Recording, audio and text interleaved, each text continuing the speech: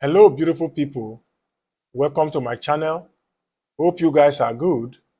In this very content today, it is all about Canada visa ban because a lot of people have been asking me for some time that if it is possible to avail Canada visa ban or is waiting for the years of the ban to complete the only option one has. And also, people have also gone further to also ask if it is possible to appeal Canada visa ban. Is it also possible that that visa ban can be overturned? This is what I will be discussing with you right here on this video. And I would love to start with question 2. The answer is yes. There are chances of overturning that visa ban because I know a case. I know of somebody who was given Canada visa ban after they applied, after he applied for student visa, and some of the documents, I think it was a mix-up because that was what the ban was based upon. That this person applied with some illegal documents or something, and eventually this person did what they were supposed to do. And that case was overturned, and that student visa applicant got their student visa to study in Canada. So there is a chance. So that is what I'll be discussing here. Please do well to give this video a big like and also subscribe to this channel if you have not yet subscribed. And I want to personally thank all my returning subscribers and existing subscribers. Thank you very much for your support. I appreciate you morning, afternoon, and night. God bless you all. God bless you all. And so let's go into this video proper. If it is something you are interested in, be ready to ride with us.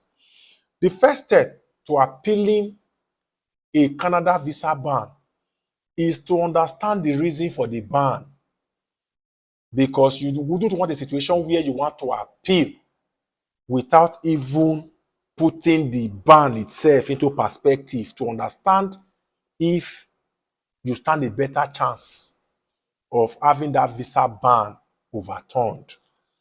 Now, step number 1, review the decision letter.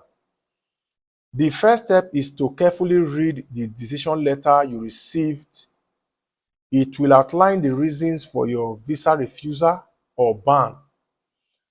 Common reasons for visa bans can be due to criminal inadmissibility, misrepresentation, failure to meet entry requirements, or other legal issues. Maybe you have a criminal case in your country that can lead to visa ban, criminal inadmissibility. So, and misrepresentation. So let me not just dwell on that. Let's just go sharp, sharp. Step number 2, seek legal advice. Consult an immigration lawyer who specializes in Canadian immigration law. They can assess your situation, help you understand the implications of the ban, and advise on the best course of action. Now, if you cannot afford an immigration lawyer in Canada, look into legal aid services or community organizations that provide free or low-cost immigration assistance. All those legal aids in Canada and organizations that provide free or low-cost immigration assistance. These are cheap options you can explore as well. So the next step, determine if an appeal is possible. Review grounds for appeal. Note, not all visa bans can be appealed. Check if your case is eligible for an appeal, which may depend on the specific visa category and the reason for the ban. Now, appeal deadlines. There are deadlines for appeal. If an appeal is possible, be aware of the deadlines. You typically have a limited amount of time to submit an appeal. Now, the next step, file an appeal. If you believe the decision was wrong, that is, if you believe you were wrongly given that visa ban, you may be able to appeal to the Federal Court of Canada. This involves filing an application for judicial review. If the ban relates to permanent residency, you may appeal to the IAD. The process includes filing a notice of appeal and providing supporting documents. Gather and submit all relevant documents, including any new evidence that supports your case. The next step will now be preparing for hearing. If your appeal goes to a hearing, prepare thoroughly. Your lawyer will help you understand that to expect. The lawyer will help you understand what to expect and how to present your case. Be ready to present evidence that addresses the reasons for the ban and support your claim for reconsideration. Now, there are other options you can also explore. Now, if appealing is not an option, you might be able to reapply for a visa after a certain period. You will need to address the issues that led to the ban in your new application. Now, this is very, very important. Now, let's say you were given visa ban for Canada. Canada gave you visa ban 5 years ago. And now you want to apply.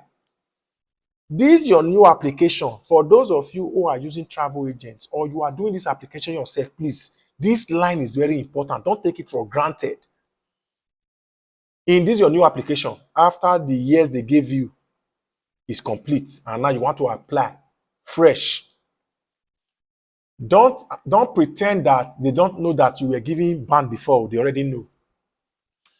What you have to do is to address the reason for that last ban. And I will read this line for you again. If appealing is not an option, you might be able to reapply for a visa after a certain period.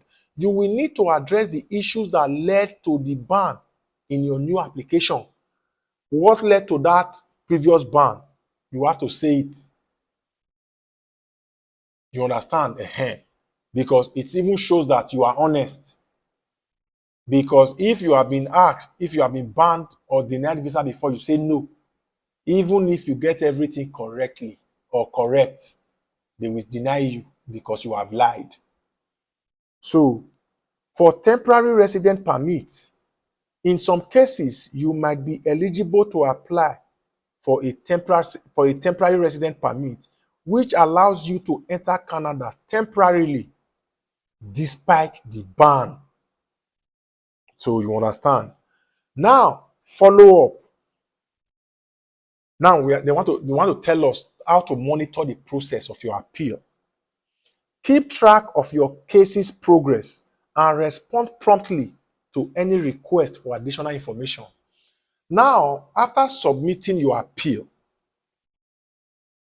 the IROCC might decide to reach out to you to request for something, usually a document or some documents from you. So that is why you must do a proper follow-up. Because in a case where you have been reached out to and you have been told to submit XYZ, maybe birth certificate or what this or what that, and you did not respond, it might lead to abandoning your case. So that is how it is. So now ensure that you comply with all Canadian immigration laws and regulations during this process. Then the last one on my list, the last but not the least, like we always say, is time frame. Appeal and legal process can take time. Patience and persistence are essential as you navigate the process. Then note this point. The appeal process can be complex and may require professional legal assistance. Consulting an immigration lawyer can significantly improve your chances of a successful appeal. So now, for those of you who have been banned and you feel like you can't wait for 5 years, if you have the time and the money to spend, and you have to make sure that you were wrongly given this visa ban. Because in many cases, people who use the services of travel agents cannot really ascertain if that ban was well deserved or if that ban was wrongly given to them. Because you contacted the travel agent, you sat in your house, you are talking with the travel agent on phone. The documents or other equipment that he added to your visa application, you weren't aware. And from your own angle, you think that the document he asked you, you submitted them. But you are not aware that the travel agent added something else, maybe to boost your chances, and eventually that thing led to your visa ban. So you have to make sure that you are doing a follow-up with your travel agent so that in case that visa ban occurs, you can even personally determine if that visa ban was wrongly given to you or it was well deserved. So this is where we draw this curtain on this particular subject. And I hope I have done well by bringing this to your notice. So have a good one, guys, and respect to every one of you.